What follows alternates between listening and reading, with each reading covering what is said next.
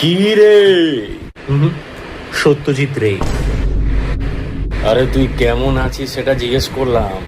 কেমন আছি? হাসালি। কেমন আর থাকবো?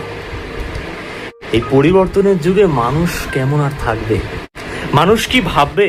মানুষ ভাববে তুই একটু পোঁত পাকা। পোঁত শব্দটির উৎপত্তি কোথায় জানিস?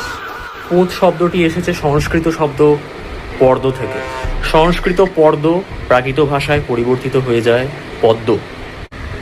এই পদ্ম যখন বাংলা ভাষায় আসে তখন এর মধ্যে চন্দ্রবিন্দু যুক্ত হয়, সেটা নাসিক্য ভবন ঘটে। নাক। পর্দ থেকে পদ্ম, পদ্ম থেকে পোঁদ। তোর নাসিকায় এবার পেঁধে দেবো আমি।